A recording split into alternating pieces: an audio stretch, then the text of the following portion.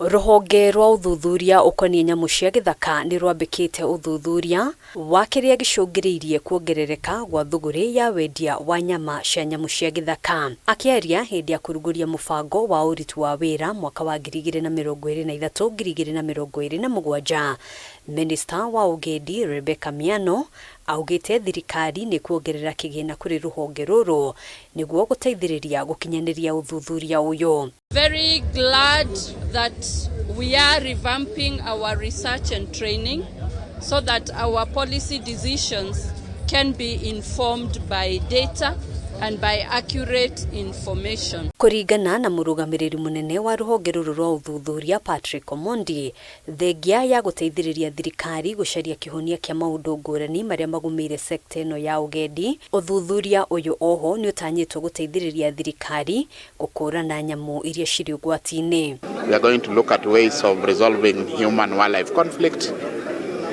experiment wildlife economy, wildlife farming, so that we can reverse the bushmeat menace.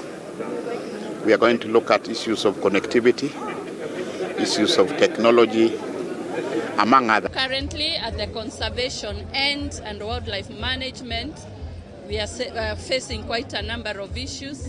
We have seen some species are overpopulated, while others are underpopulated and almost facing extinction.